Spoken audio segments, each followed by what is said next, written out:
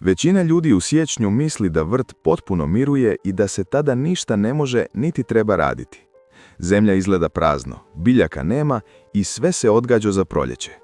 Međutim, tlo ni zimi ne prestaje živjeti, nego samo usporava svoje procese. U zemlji i dalje postoje mikroorganizmi, koji su odgovorni za strukturu tla i dostupnost hranjivih tvari. Ako je tlo ostavljeno potpuno golo, zimske kiše i snijeg mogu isprati hranjive tvari i dodatno zbiti površinski sloj. To se često primijeti tek u proljeće, kada biljke sporije niču i slabije se razvijaju.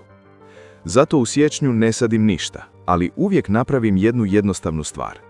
Tlo zaštitim i lagano nahranim. To ne zahtijeva puno vremena niti posebne troškove, a ima veliki utjecaj na stanje vrta kasnije u sezoni.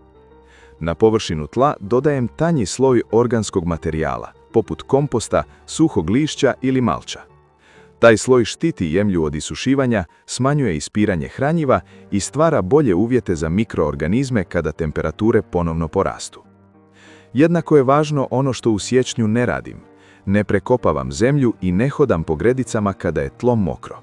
Mokra zemlja se lako zbija, a takva šteta može ostati vidljiva cijelu sezonu. Ove jednostavne stvari mnogi preskoče jer ne vide trenutni rezultat. Ipak, upravo se u ovom razdoblju postavljaju temelji za lakši rad i bolji urod u proljeće. Ako u siječnju uložiš malo pažnje u tlo, proljeće će te nagraditi zdravijim biljkama i manjim problemima u vrtu.